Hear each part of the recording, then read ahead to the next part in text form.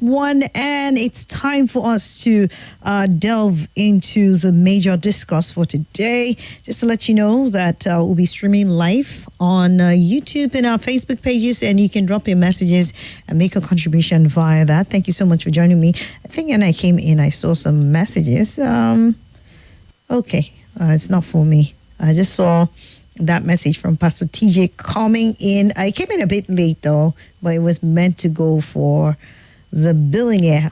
He's done and dusted, so maybe tomorrow you can resend that to him. And to all of you who are working today in your various places and doing all to make ends meet, we pray that it turns out well for you. Okay, so yes, I'm dialing my guest via the WhatsApp, and I will have him join me in a bit. All right. I'm glad to announce to you that I have with me this afternoon Barrister Abubakar Ahmed Tanimu. Good afternoon to you. How are you doing? Hello, Barrister, can you hear me? Okay. Thank you so much for joining me. Good afternoon again. Good afternoon. All right. Okay, Barrister Abubakar is a legal practitioner and a public affairs analyst. He is a whole lot of things in one, and I'm sure he's no stranger to us here. So let us start with, developing issues today. One of the key things that happened, this day that has been announced is the fact that the Supreme Court has actually announced that governors trying to bring under their control local governments and not allowing them have their own finances come to them directly, but choosing rather to muscle them and bring them, under their control is illegal because the Supreme Court is reported to have granted local government financial autonomy. I mean, we saw that with the last administration of Muhammadu Buhari, who tried to give, I think that was Order 10, with regards to local government financial autonomy that was fought against by some governors to a standstill. Now the courts have spoken, Barrister. They declared, the court declared today that it's unconstitutional for state governors to hold funds allocated for local government administrations. And the 7-man panel in the judgment delivered by Justice Emmanuel Agim declared that the 774 local government councils in the country should manage their funds themselves. What do you see happening from now on? I mean, during Buhari, it wasn't like a court, but, they tried. And that seems to be a very difficult one because I think the governors are having some sort of placebo effect and some sort of thing that comes with controlling local governments under them. It seems to give them some sort of power. So what happens from now on? What do you see happening? Swat, the truth is so bitter and we just have to state it the way it is. Yeah. There's no room for sugarcoating the way we used to do. There's nothing that will change. Nothing will change? How it works, nothing will change. In fact, it will even get worse. What happens for those that don't know or pretend not to know is that every local government across board, the moment they get their allocation, they will use their hand to sign off and pay contractors that will eventually return such monies to the governors. So whether you give them autonomy. So in the first instance, we as Nigerians ask ourselves, is it not shameful that a governor will come to even to the extent of challenging autonomy to local? The law has always been clear. Nobody needs anybody to tell them what is right. But what happens in reality, when we fail to go to the root cause of the challenges that we have, we are applying cosmetic solution. We just keep making like we are just in a comic relief, because the fact is that it's not about having autonomy. Local government chairmen are appointed, are imposed. The governor just sits, they bring a list, or at times he coordinates the list, and you appoint Mr. ABC as chairman. The election that are being conducted in almost all the states is just a facade. The people just go there, pretend that they are voting. Nobody votes, and you return chairman that will be 110 loyal to the governors. So do you think we have, to me, I don't think we even have a local government chairmen that are working anyway. They just do the bidding of the governor. So this judgment will change nothing if the implementation in terms of we lose focus of what are the main issues. It's not about granting powers. Are the powers actually granted? Can any local government in Nigeria the people in the local government say they are the ones that truly elected their chairman? The answer is no. And that's why you see that most states are not even interested in conducting even the festival, the challenge they know that is an election, because they don't even have the resources, because they've eaten so deep into it. So they just appoint caretaker committee. They are always good at that. You see, we've failed generally as a country because we don't take governance to the grassroots level. We just have the federal and the governor. Any other person are just a mere rubber stamp. But the Nigerian constitution, it guarantees that. So one would want to think that because that is the supreme law of the land, that should be adhered to. What exactly is the issue? I mean, for people who are in government and the truth of the matter is that the truth of the matter is that the constitution needs to be amended. At the moment, elections are not being conducted in local governments. I think the closest that we have is maybe during the Babangida era, where you have the third term, or what they call it, third regime. But since 1999, that was the only time we have local government chairman, where INEC at the central, at the federal level conducted election. And you now have powerful local government chairman that are able to bring dividends of democracy to the local government. After then, the lacunas in the constitution, which we all know, allow the states, the governors of the states, not the states, I am referring strictly to the governors, to be able to have that enormous power of determining how elections, and it's equally provided in the constitution, because it's not a clear-cut pronouncement, unless the federal INEC at the federal level is the one conducting local government election. Even with all the irregularities, there's still some semblance of elections at the local government. But what we have now, we have various state election, electoral commission. They are the beck and call of the governor. The governor appoints them, the government fund them, and they are deliberately underfunded. They wait until the day of election and they just hand over list of candidates and parties, and they return 99%. They make 99.99%. Maybe a local a councillor and a councillor that is actually for them, but pretending to be even in another party. So elections are not being conducted in any local government. We are tired of the self-deceit. We all know that elections are not being conducted, and the problem is in the constitution, and nobody is even interested.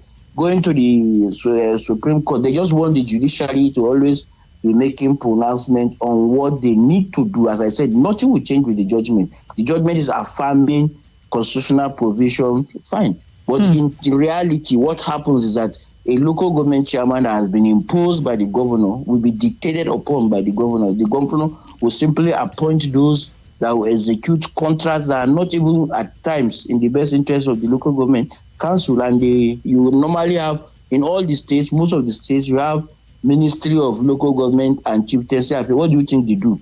They just manage the affairs of all local government in terms of the control, their fundings, their project. And if any average local government chairman, I have a lot of friends that are local government, we all know that this is what obtains. So this judgment will change nothing.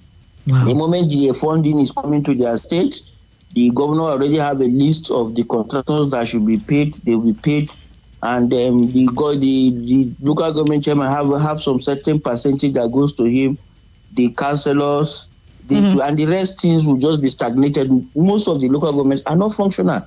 They only give maybe indigenization. If they are doing primary health immunization, anything that will give some immediate funding. That's when you see. Hello. Projects, they don't do projects. They don't do projects. The local government, they don't do projects. So it's sad.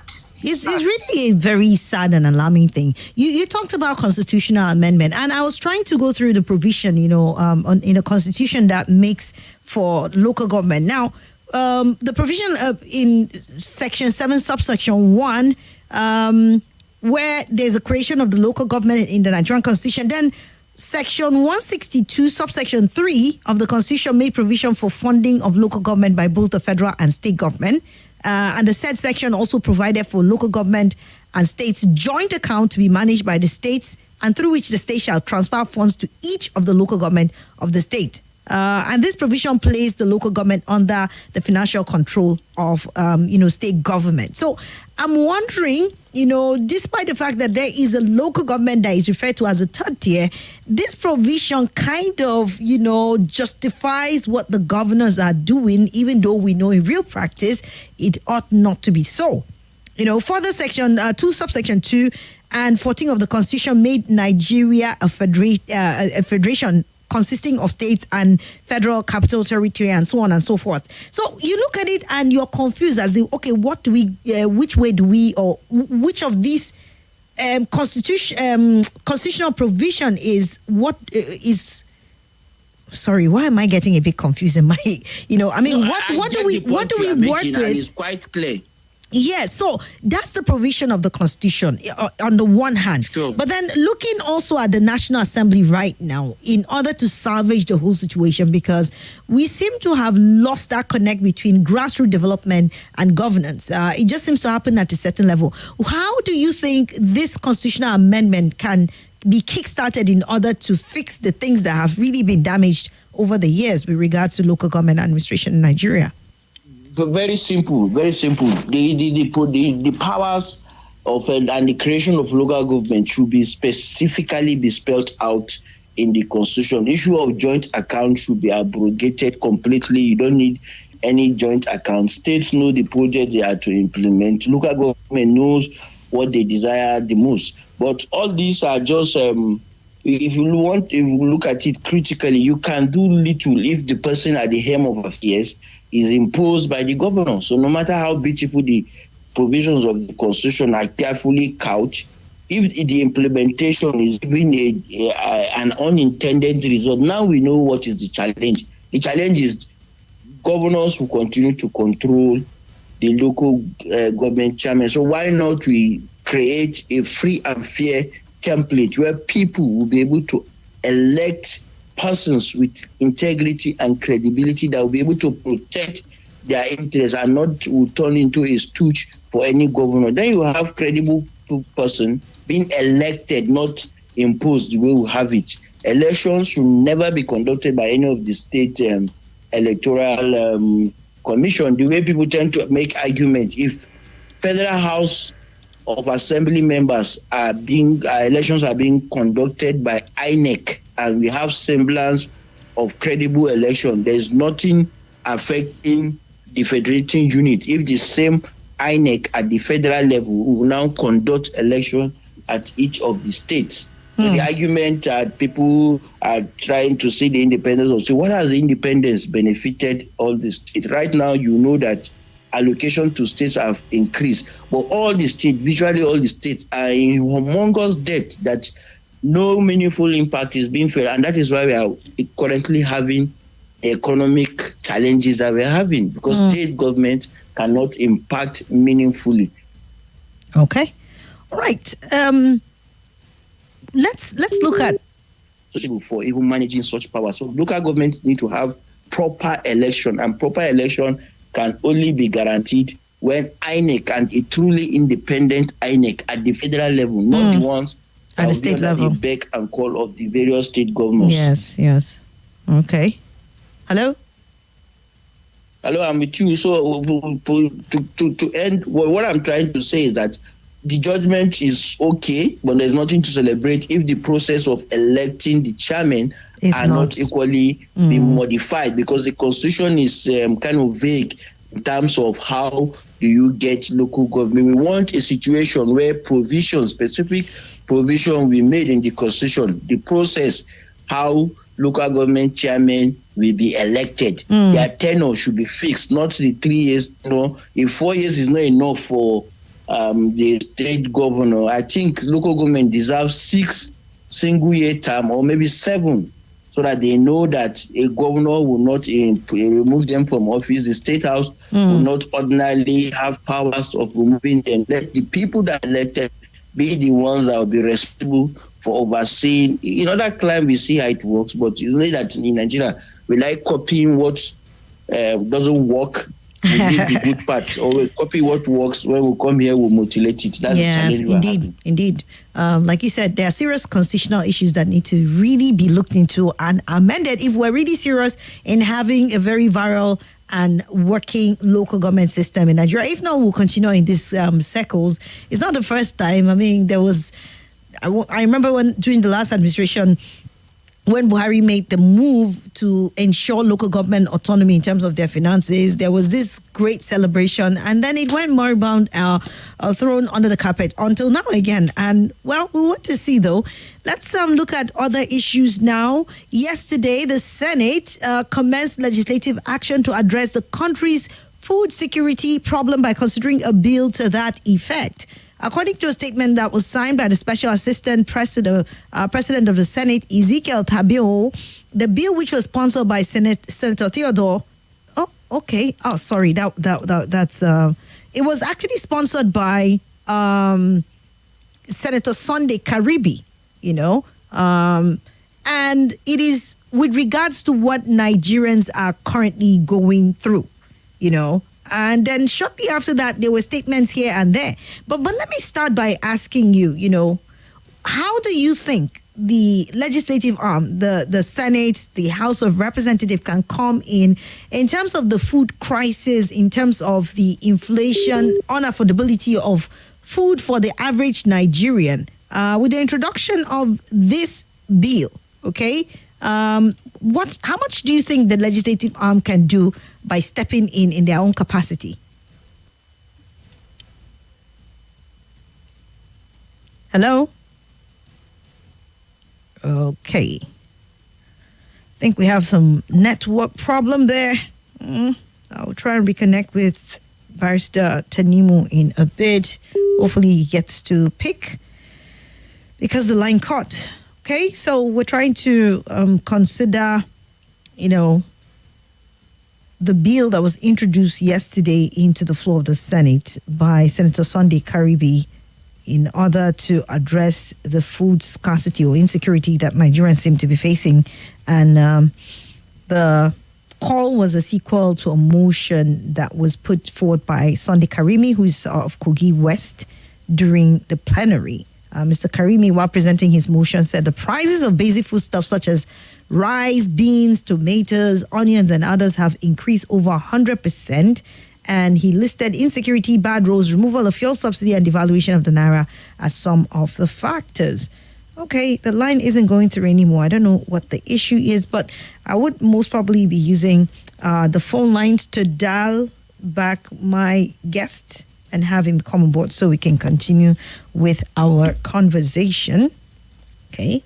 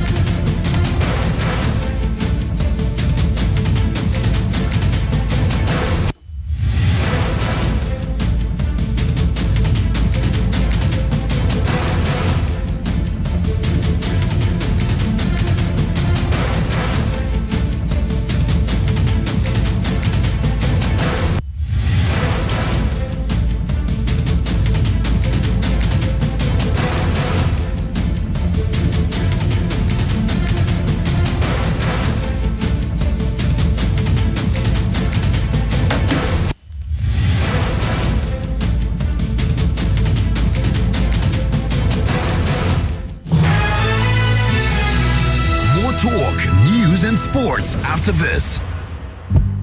10K. 10K. Let's go.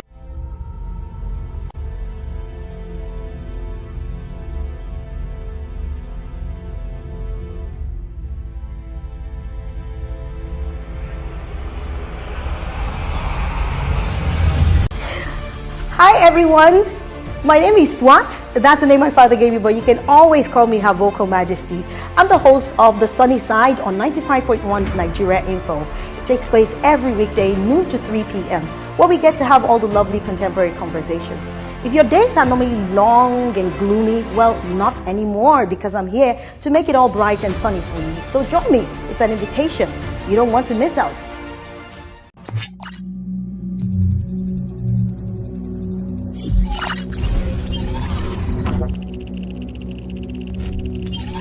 Connection established.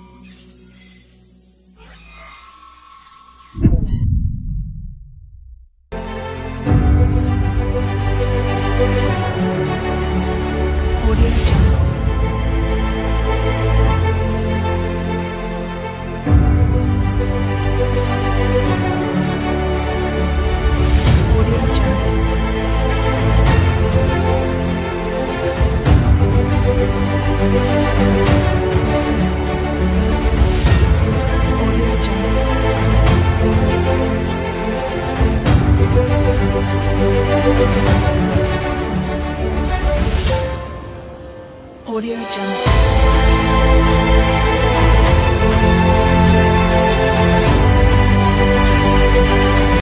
This is Nigeria Info News.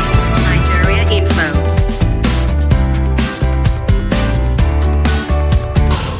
Okay, the network has nothing on us because I got my guest back online. Barrister Abubakar, thank you so much for rejoining again. Sorry about that little hitch. Thank you for having me. Okay. So, yes, I was trying to, take you through the second story we'll be considering, and that is with regards to that motion that was introduced by Sunday Karimi during plenary yesterday, where he presented his motion on food crisis and said that basic food stuff such as rice, beans, tomatoes, onions, and others have increased by over 100%, and listed insecurity, bad roads, removal of fuel subsidy, and devaluation of the naira as some of the factors that led to the inflation of food prices.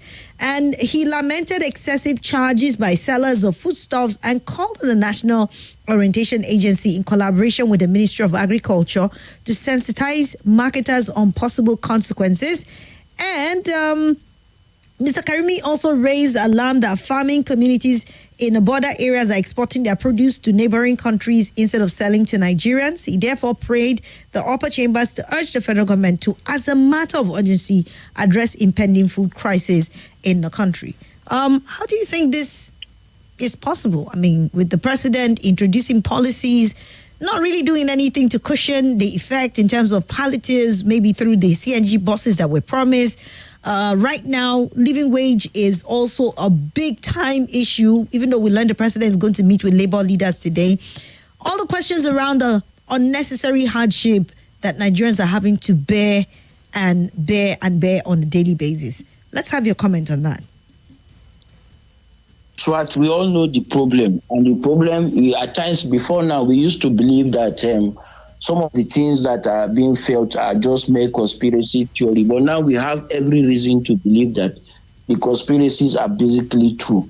The issue is about food security. The global economy is turning towards the control of the supply of food chain. And we all know that some persons, especially particularly the Western world, they want to now introduce GMO, genetically modified organisms, cropping, whereby farmers can no longer, for whatever reason, now we are at the phase where insecurity and the harsh policies that the government are implementing as a basis, but it will gradually lead to a point where the question will be that our farmers can no longer produce what they used to produce. It has already happened in Zimbabwe, where farm belonging to the former settlers were handed over to black farmers, and the black farmer could not produce the same amount. In fact, if they are producing 10 bags, they went as far as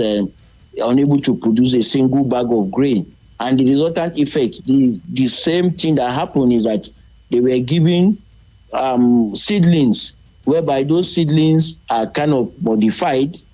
If you plant it, a different commodity will not grow in that same land, and you need fertilizer. The question is, who controls the supply chain in terms of production? We are not producing. No amount of laws, no amount of government intervention, no amount of opening the border will change anything.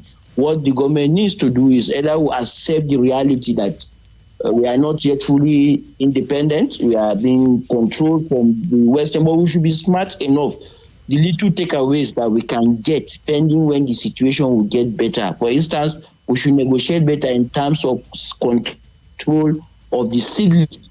All the insecurities we are facing because they want to have a complete, total grip on our natural resources, basically agriculture. So the government can start looking ahead, negotiate properly so that they control those seeds, those even with genetic modified seed that the global economy is tilting towards too.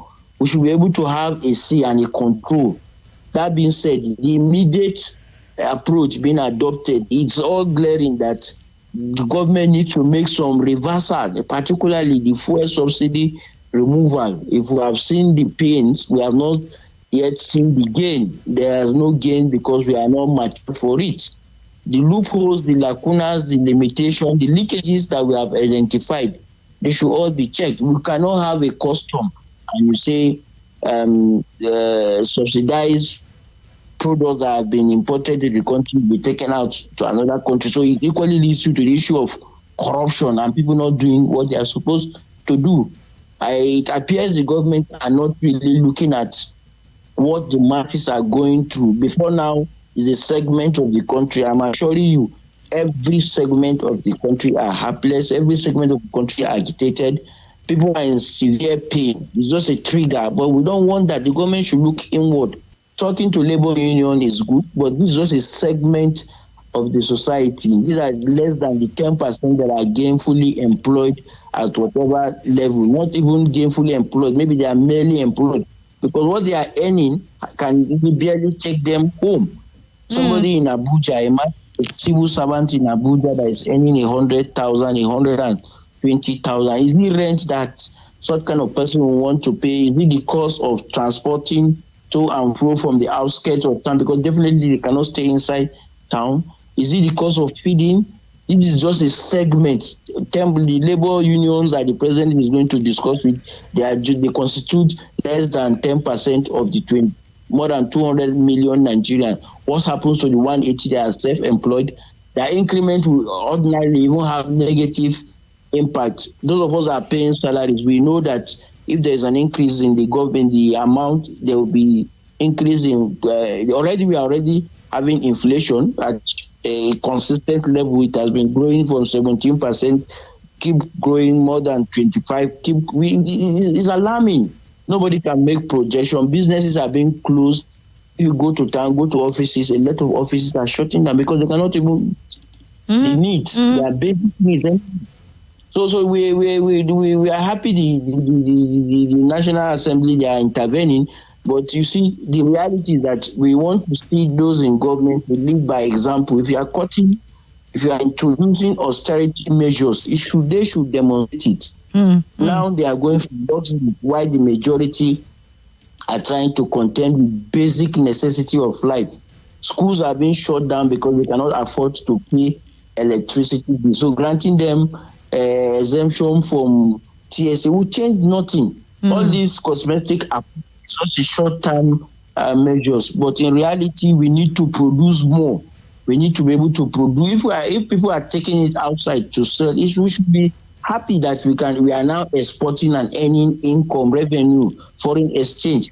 But that story is just we are looking for shortcut means to solve the problem. Swat, I can assure you, there is no part within the whole axis of Nigeria that you go that you see motorable road that will last you 5 to 1,000 kilometers. You will never see. From Abuja to Kaduna, the last time I went, I was dodging and trying not to get into wells, not potholes. Exactly. I'm no longer dealing with potholes.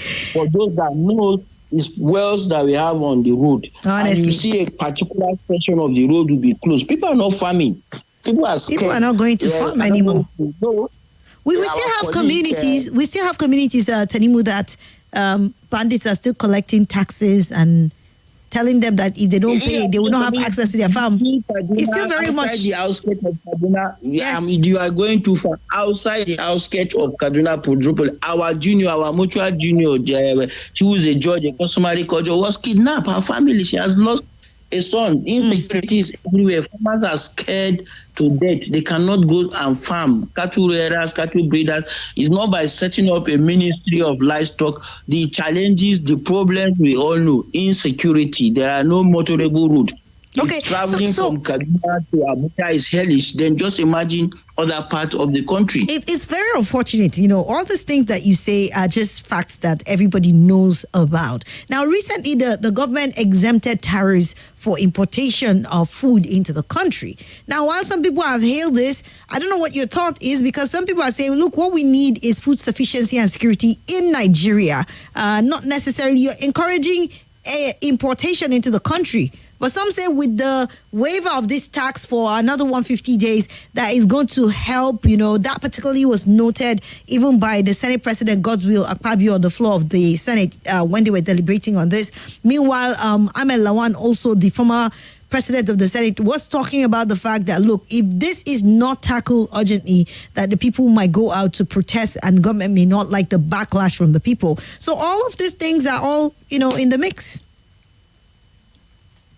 Absolutely, and the fact still remains the same. We are just making a mockery of the whole situation on ground. You cannot use cosmetic approach. Already, we are talking of our foreign exchange being significantly depleted, and you already know what dollar and naira exchange will keep increasing. We are talking of 1,500 and whatnot. It keeps increasing on a daily basis. So now you are now saying the same thing. What are you going to use to import? It's still dollar, so the currency will continue to be devalued. And if you've succeeded in bringing those goods, you are still going to have both the illegal and the legal charges that will make cost and the commodity not to still will not be cheap. Is it how do you convey it down from Lagos down to the north? We all know the problem. We have to grow what we eat. Food security is not that we are not paying attention to it. We know what to do to solve it. You solve insecurity, you increase agricultural production, then you have a permanent respite for all these challenges. One term is radically interrelated to the other. If, for example, the cost of producing maize has increased due to the high cost of fertilizer, due to the insecurity, due to the cost of logistics, it will affect what the animal, animals like hen and the rest they use in producing their food. Even the Nigerians too, they will have challenges. So it's all interrelated. So they cannot use market approach by implementing laws and you think it will have a direct impact. You have to work on all related components. Importing rice, equally you reduce the cost of the duty, even if it's duty free, you reduce the cost of transportation so that they are bringing it from the borderline and you make the process to be open. Without that, a lot of people are still having the fear that it's just another opportunity to create millionaires that are not producing anything, billionaires are not producing anything, because you discover at the end the licenses will be restricted from certain individuals, and those individuals, they are all out for what they want to get, and it will really not trickle down. You end up, you will see that low quality grains will be what will be imported into the country. Yes. Yeah. So we need to produce it. We need to create the incentive inward. We cannot use importation to grow the economy. That is not work, and it's not going to work now. Okay, so still coming back to the issue of labor today, they are still insisting on 250,000. They're insisting on the 250,000 as minimum wage. Some people say, well, even in our reality, going by the reality of things on ground, 250 is not even enough. So it's fair enough that the Labour are still insisting on that. I mean, do you see them making a headway with the president with regards to this? Is this realistic? What would this be by implication for the rest of Nigerians? I mean, because you mentioned a very small amount of people are in the employ of government. The larger majority are either unemployed or are self-employed, and many of them are struggling to keep afloat with their businesses. I mean, what with big-time multinationals leaving Nigeria, more than, over 20 of them have left since from 2023 to now. I was talking about it the other day, how we've lost over 94 trillion naira in terms of losses, having lost people or big time companies, multinational companies that have left Nigeria, and we're not talking about the small, medium enterprises now too that are having to struggle. So you say 250, that will be at the federal government level. I don't know if the organized private sector can even afford that. Talk more of people who are not employed, people who are hustling on a daily basis, what they go out and able to make that they're able to feed their families with, So what's going to be the implication at the end of the day with the insistence of this 250,000 naira? I want to assure you, Swat, it's not only big companies that are folding up. When you walk around town in Abuja and other clime, you will discover that a lot of shops, a lot of factories, a lot of businesses, they are all closing shop. Is it because of buying fuel to power your offices or your shops, your factories, or is it the high cost of even the electricity tariff that is not regular that you are paying for? So the challenges are there. Then now you now have depletion of your income. A lot of businesses are crashing, so it means business activities, the economic pace of engagement, buying and selling and rendering services has gone down significantly. So 250 is even below what will sustain certain, depending on the state, particularly when you look at states like Abuja, Rivers, they have a different, most of the advanced states.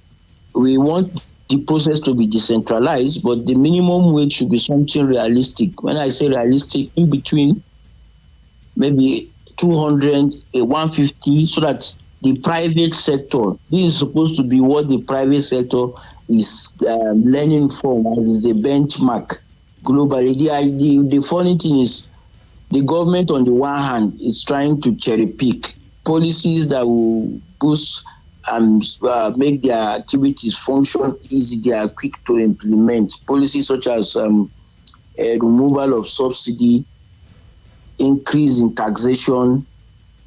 You are doing that with all the speed that it deserves. But when it comes to the commensurate angle, pay a working wage, the government doesn't want to.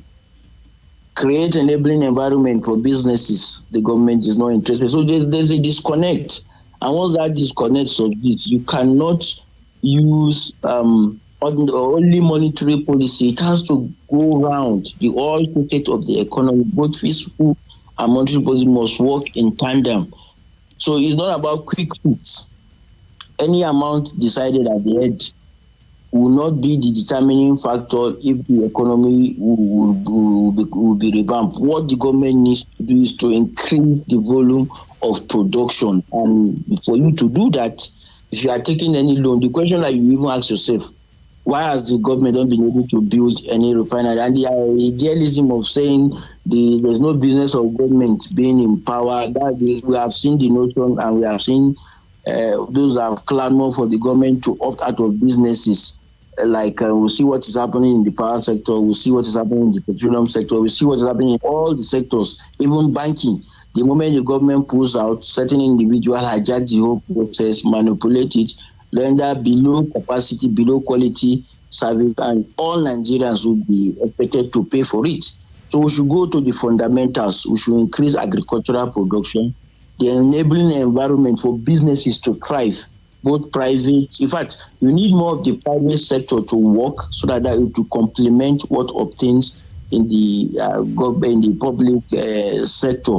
Without a functional and very efficient and robust private sector, at the moment, all what we have is just collapsing, both the large scale, the small scale. You cannot afford to do a viable business.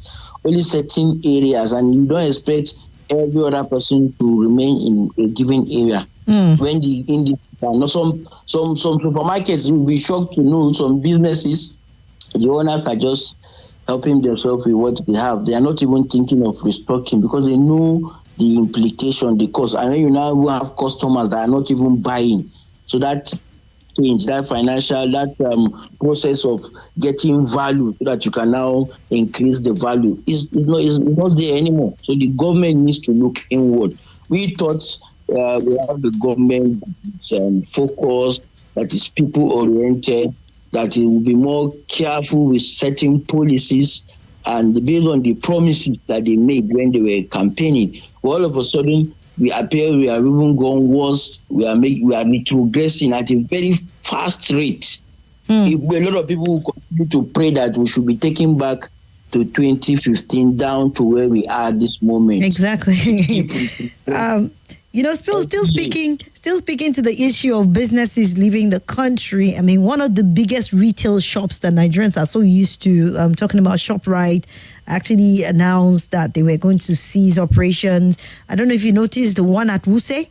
The branch said that it closed, I think, sometime in June, the end of June, because they actually sent out a circular where they said that the business climate is not favorable to them again. And so based on that, they have to close shop, And so one just keeps wondering, what exactly is happening? Senator Indume yesterday accused the president. The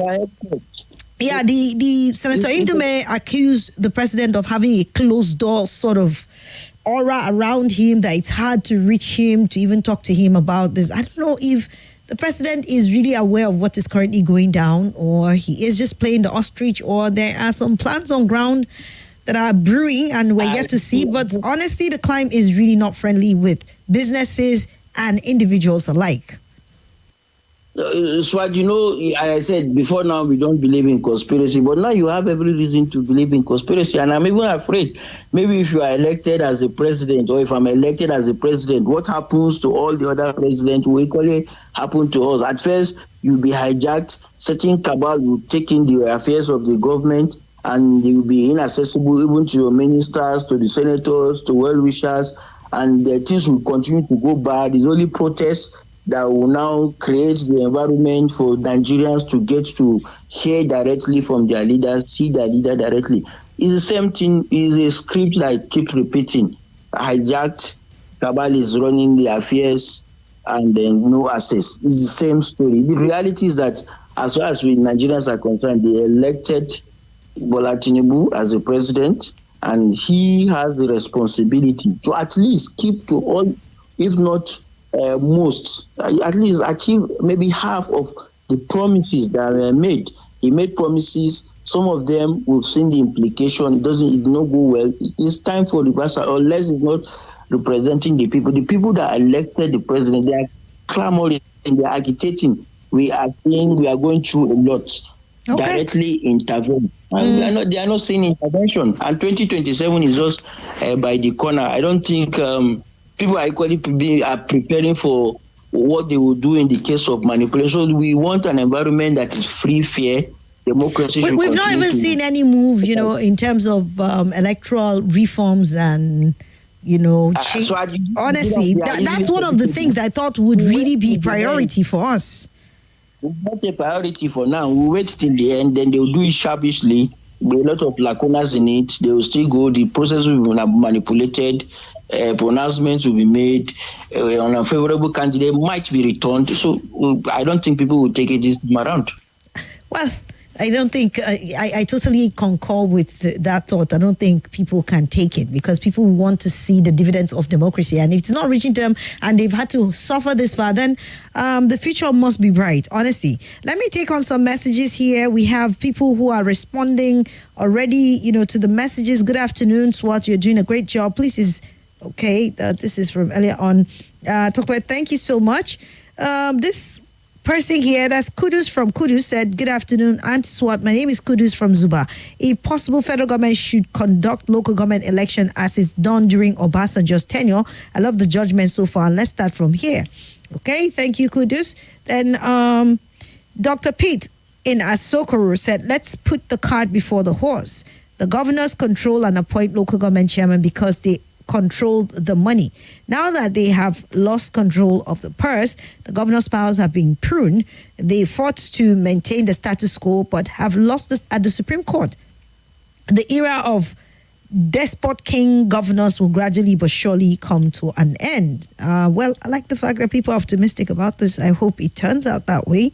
Greetings, Adadi Arama and guests. Things are always in the making, and that is evolution. Nigeria is always evolving, and we all saw how Algon and the last two federal government had made efforts to grant autonomy to the local governments. We are all watching, and let's see how the expected growth in the grassroots are not affected and whether revisions will not be made. Algon should seize this grand opportunity, says Banky.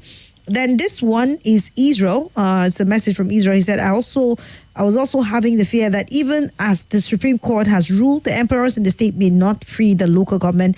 But now that they have legal backing, the council chairman should learn to rebel, and Nigerians at rural level should stand to defend what belongs to them. Madam Swat, the high cost of food and other commodities is not as if food is that scarce. The cost of transportation occasioned by subsidy removal is the cost. 1K used to take me to and fro my place of work, but now it's 2K. Swat, look at this fruit like cucumber everywhere now, yet it's expensive. Would you call that scarcity? Even if borders are open, it can only worsen the economy. It will not reflect in the commodity market. Good afternoon, Swat and the guests. Great conversation out there. We're enjoying it, says Hafsa. Thank you so much. And then this one here, I'll take it and then I'll take another before we come to the phone lines. Barrister, I hope you're still there listening. I'm with you. Okay, good afternoon. Our esteemed Nigeria Info and Vocal Majesty, Dr. Ahmed from London, said the Apex Court judgment on autonomy of local government is a very welcome development. However, in order to ensure effective implementation, I suggest a constitutional amendment that will abolish the office of a state governor. This may sound too drastic and even outwardly wild, but it is what practically obtains here in the UK. There are no state or provincial governors here. They have First Minister for Scotland, Wales, and Northern Ireland. The municipal council function with much autonomy and reasonable independence. We go to our area council for almost everything, including scholarship for the children, and almost no reason to go straight to Westminster in London. In nearby Cameroon, there is nothing like governorship election or senatorial election. Cameroon has only two elections, presidential and House of Reps. Provincial governors are selected from the civil service just as Nigerians do in appointments of federal permanent secretaries. As soon as offices of state governors are abolished in Nigeria, the local governments will automatically become effective and ordinary people will have direct stroke positive impacts of government or governance. Nigeria should have a House of Rep with 774 members, no senators, no governors. Long live Nigeria. Okay, let's quickly take a commercial and then we'll come back and begin to wrap up on this conversation. It's 95.1 Nigeria Info. Thank you for being a part of it. Our guests will still be around when we come back so we can just wrap things up very nicely. Stay with me.